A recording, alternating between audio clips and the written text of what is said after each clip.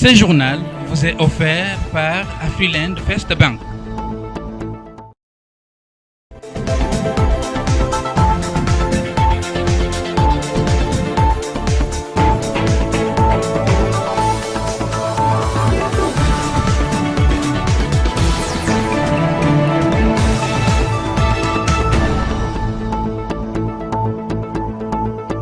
C'est l'heure du journal sur la FM Télévision. Mesdames et messieurs, bonsoir et merci de votre fidélité à cette édition vespérale sur la FM Télévision. Nous allons commencer avec cette nouvelle prière pour la nation, la plateforme des confessions religieuses de la République démocratique du Congo, dirigée par l'archevêque Ijibaya Mampia et plusieurs autres autorités politico-religieuses de la RDC, étaient ce samedi à l'esplanade du Palais du Peuple pour implorer la grâce divine sur la situation sécuritaire qui prévaut dans la partie est de la RDC. Les prières intenses ont été adressées diversement à Dieu. Il y a eu des prières d'intercession, des confessions, des gratitudes, des déclarations, bref, des prières pour demander l'assistance et la justice divine en faveur de la République démocratique du Congo.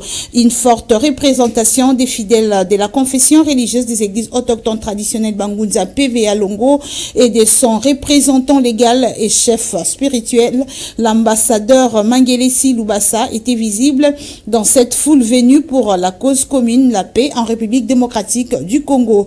Suivez tour à tour l'honorable Adel Kainda et les représentants des Bangunza, Ndondele Siankolo, qui ont chacun intercédé pour la fin des hostilités et aussi pour les institutions de la République démocratique du Congo.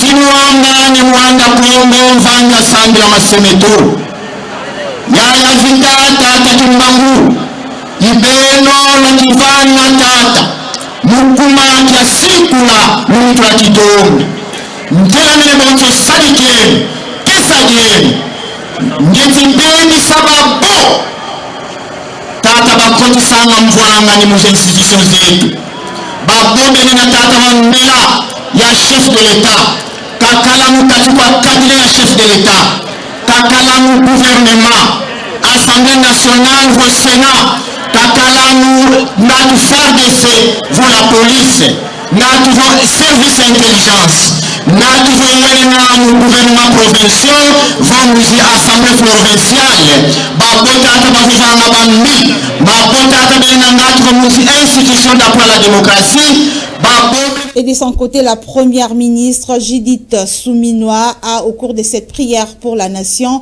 appelé les Congolais à se mobiliser pour la défense de la patrie en dépit de cette prière. Suivez Judith Suminwa dans cet extrait sélectionné pour vous par Christian Kabouya. Défendre notre souveraineté. Prions pour que nos cœurs ne se remplissent ni de haine ni de peur, mais d'espérance et de résilience. Mais la prière seule ne suffit pas. Dieu accompagne toujours les cœurs vaillants et les mains qui œuvrent pour la justice. C'est pourquoi j'appelle chaque Congolaise et chaque Congolais à se mobiliser, à s'engager pour la défense de notre patrie. Et le président de la plateforme des confessions religieuses de la République démocratique du Congo s'oppose à toute forme de stigmatisation contre certains tribus pendant cette période marquée par la crise sécuritaire dans la partie est de la République démocratique du Congo. C'était lors de son message donné le mardi 25 février que l'archevêque Ijibaya Mampia a appelé les Congolais à l'unité. Suivez. Nous, les chefs religieux de la plateforme des confessions religieuses, nous nous sommes réunis ce jour pour voir la situation de notre pays, situation sécuritaire, l'environnement social. À l'issue de notre réunion, nous avons retenu pour dire à notre population que nous voulons l'unité de tous les peuples. Parlant de l'unité de tous les peuples, nous disons à tous non à la stigmatisation. En parlant de la situation sécuritaire, nous envoyons encore un message de compassion à ceux qui sont à Goma, à Bukavu et dans tous les territoires sous occupation. Et à cette occasion, nous leur disons, vous êtes les Congolais comme nous, vous méritez la paix et nous prions pour la paix. Toujours en fonction de la situation sécuritaire, nous avons épinglé l'accompagnement de la communauté internationale. Nous disons merci pour toutes les résolutions qui ont été prises au niveau des Nations Unies, au niveau de l'Union européenne et tout dernièrement par la Commission européenne. Nous disions tous à l'esplanade du Palais du Peuple le 1er mars, le samedi, à 8 h. Tous nous sommes là, de 8 h à 12 h. Tout le monde est invité, que vous soyez membre du gouvernement, que vous soyez membre du Parlement, que vous soyez fonctionnaire de l'État, que vous soyez élève à l'école, cette affaire nous concerne. Venez, invoquons l'Éternel Dieu pour la paix en République démocratique du Congo et pour l'unité du peuple congolais. Et pendant ces temps, la SANTCO et les CC poursuivent la vulgarisation du plan de sortie des crises. C'est dans ces cadres que ces évêques ont rencontré les présidents de la République du Congo, Denis Sassou Nguesso. L'intérêt du plan de la sortie des crises en République démocratique du Congo était le menu de leur rencontre. Suivez. Depuis l'accentuation du conflit armé dans l'est de la République démocratique du Congo, les prélats catholiques et protestants ont multiplié des rencontres auprès de certains chefs d'État, à l'instar des présidents Félix-Antoine Tshisekedi, Paul Kagame et William Ruto, en vue de trouver une solution de sortie de crise. Aujourd'hui, la délégation du clergé catholique conduite par Monseigneur Donatien Tcholé, secrétaire général de la Conférence épiscopale nationale du Congo en sigle CENCO, et celle du clergé évangélique, conduite par le révérend Eric Senga Nchimba, sont venus solliciter l'implication du président Denis Sassou Nguesso, qui a une grande expérience dans la résolution des crises en Afrique, pour une rencontre au sommet entre les présidents de la RDC et du Rwanda pour mettre un terme à ce conflit par le biais du dialogue. Il s'agit d'une initiative de la paix prise par les deux églises. Et le président Denis Sassou Nguesso a une expérience incontestable. Il est la plaque tournante de la réconciliation en Libye. Il a joué un grand rôle dans le conflit en RCA avec le Seleka. Et en ce qui concerne notre pays, il a toujours été présent dans les grands moments où les Congolais se retrouvaient ensemble pour rechercher la paix. Vous vous souviendrez que dans le cadre de l'accord de Sun City, celui qui était le médiateur, le président Massiri, s'est ressourcé auprès de lui. En ce qui concerne le dialogue qu'on a eu à la cité de l'OIA, piloté par Eden Kodio, c'est tous les dimanches que Eden Kodio venait se ressourcer ici. Donc c'est une grande référence pour notre pays et nous sommes venus justement et demander son implication pour que nous accompagne dans l'exécution de cette initiative que nous lui avons expliquée. Et il a trouvé l'initiative très louable et il a donné des sages conseils qui intéressera qui de droit et vraiment c'est la sagesse que nous avons tirée ici. Notre étape ici à Brazzaville consacre justement la nécessité que nous accordons au vivre ensemble en tant que valeur fondamentale, puisque la question ou le problème qui sévissent au Congo ne touche pas que les Congolais. Vous savez que nous partageons les frontières, nous partageons également des communautés qui sont d'un côté et de l'autre, et c'est tout à fait normal que lorsque les deux processus de Luanda et de Nairobi sont aujourd'hui fusionnés, que nous regardions également au cœur de l'Afrique centrale. Et donc, c'est ce qui nous a conduit ici à Brazzaville pour attendre l'implication personnelle du président Denis Sassou Nguesso. Nous avons ici été enrichis, nous avons été bénis parce que nous avons suivi de sages conseils et nous estimons qu'à notre retour, nous pouvons beaucoup contribuer avec ces éléments de sagesse. Somme toute, les représentants des églises catholiques et protestantes de la RDC quittent Brazzaville avec l'espoir de bénéficier du plein soutien du président de la République du Congo, Denis Sassou Nguesso. Et au cours de cette rencontre avec les membres de l'Union sacrée, le président de la République a annoncé la sortie incessamment du gouvernement d'Union nationale, un avis salué par plusieurs partis politiques, notamment CENARC, qui manifeste son intérêt. Suivez à ces propos Éric Bila, l'un des cadres de ces partis. Nous pensons que foncièrement,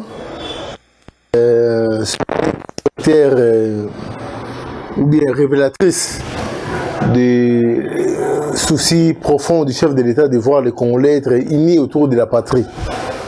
Moi, je pense que c'est une projection valable pour la République démocratique du Congo. Le Congo appartient à tout le monde.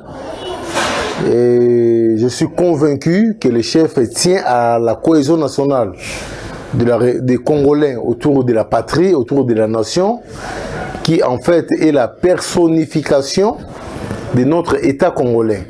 Le chef a finalement voulu élargir les champs de sa volonté politique à tous les Congolais pour qu'enfin on se mette ensemble pour bouter hors d'état de nuire la mécréance est cachée derrière les Rwandais qui soutiennent les M23. Je suis optimiste parce que rien ne peut faire face à l'unité des Congolais. S'il y aura cohésion nationale sincère, non pas pour le partage du pouvoir, mais pour l'intérêt de la République, je pense que l'unité fait mieux la paix que la guerre. Formellement, je pense que ça lui va d'un droit d'exprimer ses pensées à travers ses paroles, hein. C'est la liberté d'expression. Donc sur le plan de forme, il a toutes les raisons du monde pour dire ses pensées à travers ses phrases.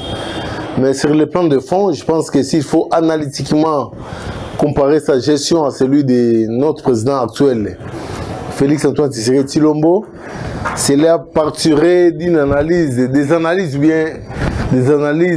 d'abord mathématiques. S'il faut prendre le temps qu'il a eu, 18 ans, à comparer à 6 ans de pouvoir de Félix Antoine Tshisekedi Tshilombo, je pense que le mieux serait Félix Antoine Tshisekedi Tshilombo.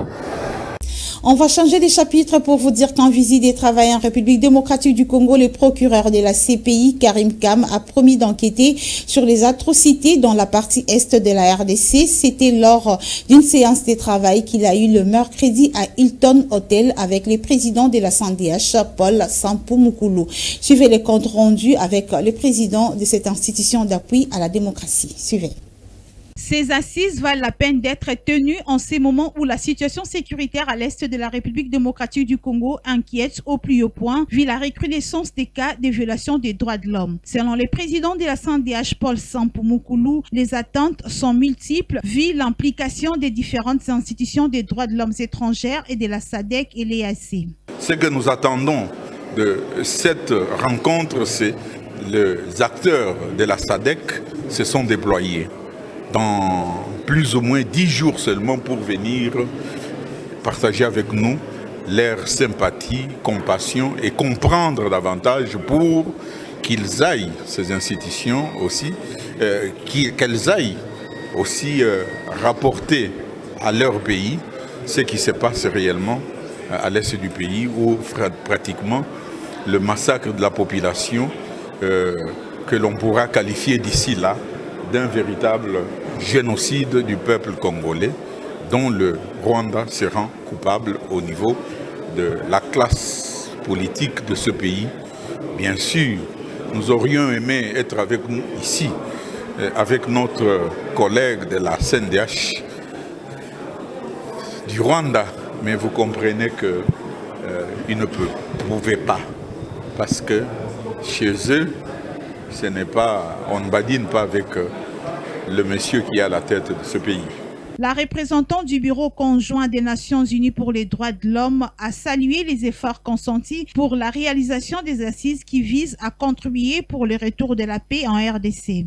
Je salue sa pertinence qui se tient dans un contexte marqué par des défis majeurs, mais également qui offre une opportunité unique de renforcer nos engagements communs en faveur de la paix, de la justice, de la dignité humaine. La protection et la promotion des droits humains sont au cœur du processus de consolidation de la paix et elles nécessitent l'implication active de chacun d'entre nous. Nous saluons le courage et la détermination des organisations de la société civile qui, malgré les nombreux défis, continuent à œuvrer pour la protection des droits humains et la promotion d'une gouvernance démocratique.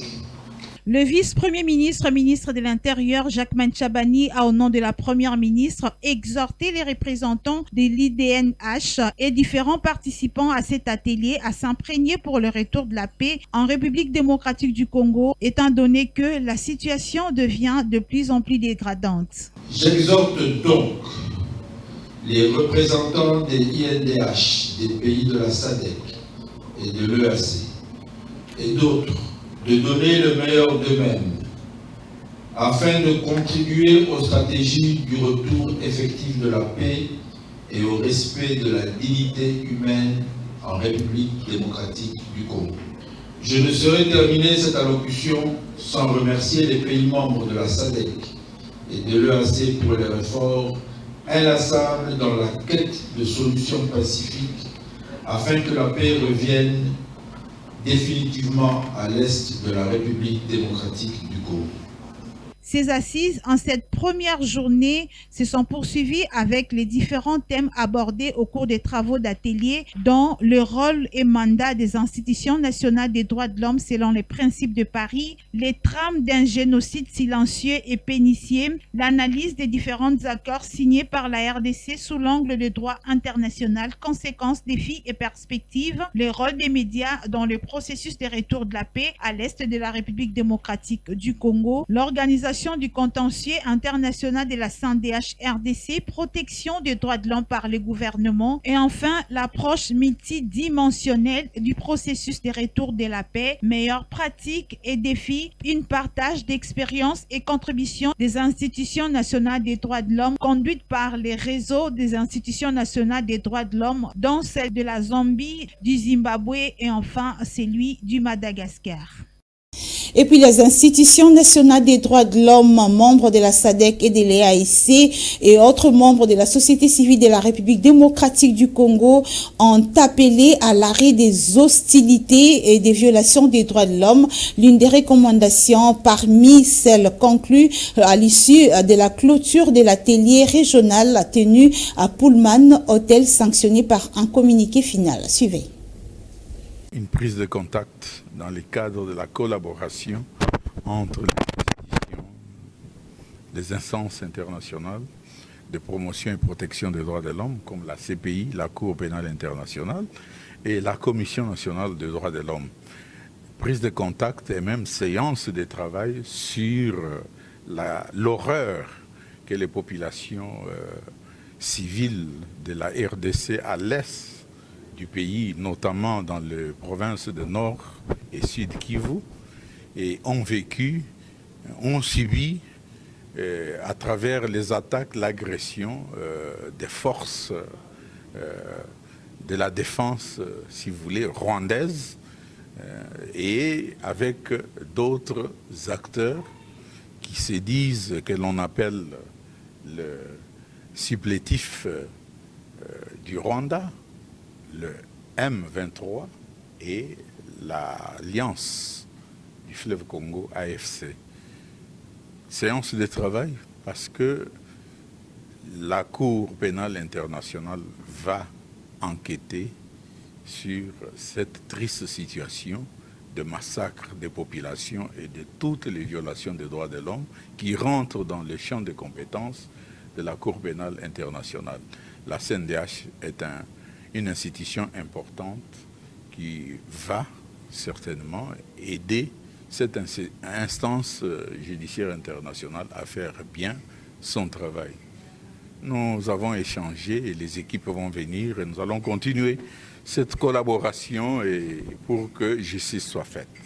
La cérémonie d'ouverture de cet atelier régional de haut niveau des représentants des institutions nationales des droits de l'homme des pays de la SADC et de l'EAC a été faite par le VPM de l'Intérieur qui a appelé les participants à s'impliquer davantage dans ces travaux qui visaient à contribuer au retour de la paix en République démocratique du Congo. Détail dans ce reportage. En cette deuxième journée, les participants ont poursuivi les travaux en atelier avec les sous-thèmes tels que justice pour les victimes, esquisse des différentes violations des droits de l'homme perpétrées pendant les moments des conflits dans l'Est de la République démocratique du Congo, protection constitutionnelle des droits de l'homme en République démocratique du Congo et enfin planification d'action. Les travaux dont leur importance ont été soulignés par la VPM de la CNDH. La Commission nationale des droits de l'homme, qui est une institution d'appui à la démocratie en charge de la promotion et de la protection des droits de l'homme, a donc décidé d'organiser un atelier stratégique avec les institutions nationales des droits de l'homme des pays de la SADC et de l'EAC en vue d'organiser des actions pour le retour de la paix et la cessation des violations des droits de l'homme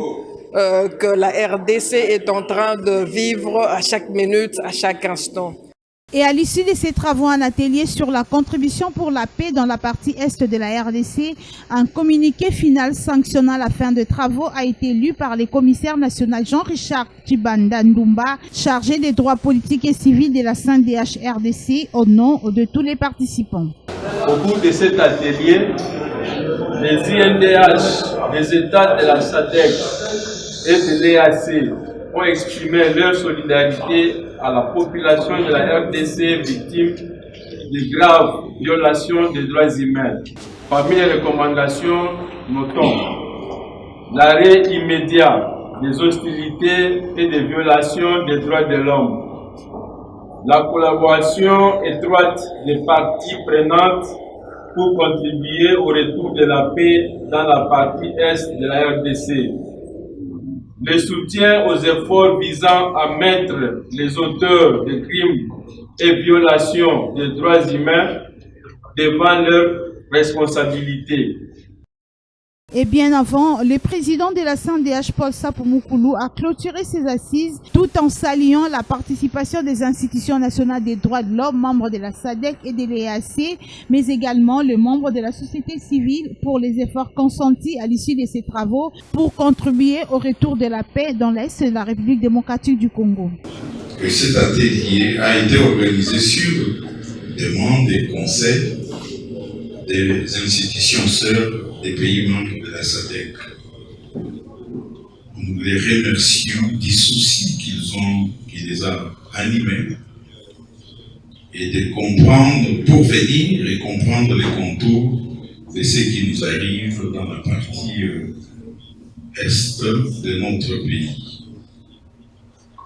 Cet atelier s'était assigné comme résultat la production du diagnostic de la situation générale de la guerre dans la partie est de notre pays, très précisément dans le nord et sud Kivu.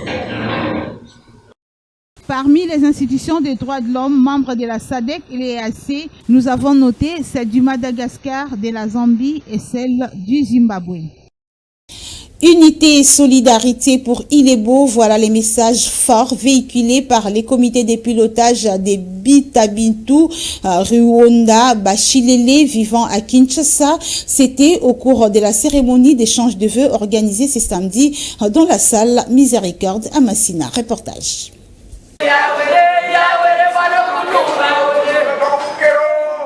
C'est dans l'unisson qu'on peut mieux faire pour l'un et pour l'autre afin d'envisager les développements pour tous. L'option soulevée par ce jeune ressortissant du territoire d'Ilebo qui ont à travers ces repas signe de solidarité et de l'unité, resserrer leurs liens de fraternité de la communauté Lélé. Nous sommes en joie qu'aujourd'hui nous avons organisé le change de vœux ensemble avec la communauté Lélé vivant ici à Kinshasa. Je suis là en personne en tant que président de Jeunes d'Ilebo et la vice-présidente de Jeunes. On est là ensemble, nous avons organiser notre journée de fête ensemble, de change de vie avec nos compatriotes. C'est pourquoi nous remercions d'abord nos sénateurs et les comités, nos anciens qui nous ont soutenus et puis sont venus aussi marquer leur présence. Et nous demandons l'unité à la population. Nous voulons que nos Ilebo soient unis, qu'il n'y ait pas de division et qu'on ne nous amène pas de politique de diviser. Nous voulons construire ensemble pour que Ilebo aille en avant. Nous les jeunes, comme nous avons envisagé que nous soyons ensemble avec nos aînés, nos notables, c'est pour dire qu'il y a l'amour entre nous. Et nous demandons aussi aux honorables sénateurs, députés nationaux de pouvoir nous soutenir parce que nous avons beaucoup de manquements dans notre communauté. Ces moments étaient réellement bénéfiques car au-delà de son sens de partage du repas pour l'unité avait une autre connotation particulière des réflexions sur le développement et l'épanouissement du territoire d'Ilebo avec les efforts consentis par tous, a dit le porte-parole du comité de pilotage de la communauté Lélé. Lorsqu'il y a l'unité, lorsqu'il y a la solidarité, lorsqu'il y a le progrès, on peut vraiment y arriver. Notre souci, c'est aussi de chaque jour. Ilebo, à l'époque, on l'appelait Petit King, à Port-Franqui, comme le président venait de le dire ici. Mais nous voyons Ilebo qui est en train de s'enfoncer. C'est comme s'il n'y a pas des hommes, il n'y a pas des hommes politiques, il n'y a pas de gens qui y pensent à Ilebo, pendant que nous vivons toujours dans le même territoire d'Ilebo. C'est pourquoi nous demandons à nos aînés, nous demandons à nos représentants qu'ils puissent s'unir autour d'une table. Et les représentants du sénateur Clément Mouya Mouboyaï, une représentation sûre du territoire d'Ilebo à la Chambre haute du Parlement, a appelé les uns et les autres à la considération. Le message reste le même. Comme en tant que représentant du sénateur Clément Mouya Mouboyaï, je l'avais bien épinglé que nous venons fraîchement d'Ilebo. Ça fait pratiquement 14 jours. C'est le même message. L'unité. L'unité. Et comme dans l'allocution du président et du porte-parole de la communauté, il a dit que la politique ne nous divise pas. Nous sommes là avec le même mot. C'est l'amour, l'unité, pas de tribalisme. Non, ça tombe encore bien. L'honorable Clément Mouya Mouboyaï, arrivé à Ilebo, il avait deux messages. Le soutien au FARDC. C'est pourquoi, aussitôt il atterrit, il fait une marche de santé dans la cité d'Ilebo pour soutenir nos FARDC et les Ouazalendo. Et encore mobiliser les jeunes à s'enrôler massivement dans le FARDC. Toutefois, les liens sont resserrés pour la grande lutte du développement du territoire d'Ilebo. Et puis les habitants de la ville d'Ekikwit vont désormais circuler sans crainte sur l'avenue Lukonga située à Kikwit Plateau. Cette route autrefois délabrée a été réhabilitée par les maires de cette ville, la Bengiama. Plus de précisions dans ce reportage réalisé par Ruth Dinonzei et Christian Kabouya. Autrefois connue comme une route en terre complètement détériorée depuis plusieurs années et dont les usagers couraient des risques d'impraticabilité suite à des têtes d'érosion présentes, l'avenue Lukongo dans son tronçon compris entre Kodaïk et le croisement des avenues Lukongo et Clinique à Kikwit Plateau présente actuellement une image sans précédent. Ce, grâce au programme d'action du maire de la ville de Kikwit, Abengia Makachaka. Ces travaux réalisés par l'hôtel de ville de Kikwit accordent non seulement un bon accès aux usagers de la route, mais également aux engins roulants. Ici est de noter que les 10 travaux s'inscrivent dans le cadre du soutien à la vision du président de la République, Félix-Antoine Tshisekedi. Le maire de la ville de Kikwit affirme en toute fierté que ces travaux constituent le go de tout un programme d'action de réhabilitation des routes à Kikwit. Vous savez, cette avenue, c'était avant mon accession à la tête de la mairie. Nous avons toujours respecté la vision du chef de l'État de faire quelque chose pour la ville. Je sais que nous n'avons pas de matériel, mais avec le peu que nous percevons, nous pouvons faire quelque quelque chose. C'est pourquoi nous continuons les réalisations dans notre ville. Vous les connaissez comme moi que cette route était en mauvais état depuis plusieurs années. Mais aujourd'hui, avec le peu que nous avons collecté, nous avons fait quelque chose pour réhabiliter cet endroit, cet espace. Nous avons loué quand même le matériel auprès d'un individu qui a ces matériels, les engins roulants, le tracteur et le camion ben qui peuvent nous servir de recharger cet espace. Parce que cet espace, il faut le recharger. Le rechargement de cet espace, ça demande les gros véhicules. Donc ce sont des grands travaux qui peuvent faire cet espace. Mais moi, je l'ai fait avec la volonté de suivre la vision du chef de l'État. Donc, malgré que notre pays, pour le moment, est attaqué par le Rwandais, mais nous ne pouvons pas laisser, nous devons quand même continuer à appuyer les chefs de l'État dans nos villes, dans nos entités que nous dirigeons. Cette route en terre taillée sur des normes urbanistiques, aujourd'hui réhabilitée, traduit la détermination du maire de la ville de Kikwit, Abengia Makachaka, à matérialiser les promesses faites par le président de la République, Félix-Antoine Tshisekedi, aux habitants de Kikwit lors de la tournée qu'il a effectuée dans cette partie de la RDC. Sport à présent, Coupe d'Afrique des Nations féminines. Les Léopards dames de la RDC ont gagné leur ticket pour le prochain tour qualificatif. C'est par un score de 0 but partout qu'elles ont réalisé face aux Mares de Botswana le mercredi 26 février dernier que les Léopards de la RDC ont gagné ces tickets, nous dit Gustave Mpinganay dans cet élément.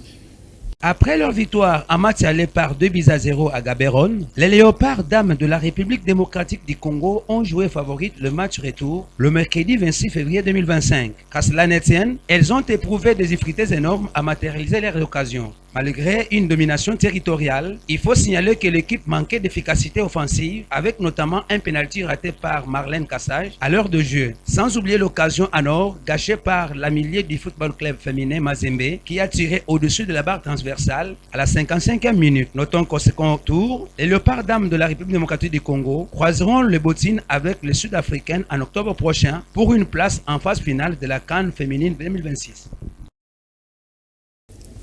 Et s'agissant du programme de funérailles, sachez que c'est ce samedi 1er février que la veillée mortuaire est organisée au quartier Anunga, dans la commune de Matete, dans sa résidence privée. Et la sortie du corps interviendra bien sûr demain dimanche à l'hôpital, à la morgue de l'hôpital du Cinquantenaire pour son exposition au Palais du Peuple avant l'inhumation à la nécropole entre ciel et terre. Sincères condoléances à la famille des l'illustre, mais également à tous les amoureux du catch congolais frappés par cette disparition du catcheur congolais Edingwe Moto Nangenge. Mesdames et messieurs, c'est par cette note noire que nous bouclons cette édition du journal. Merci de nous avoir suivis. On se retrouve prochainement. Merci.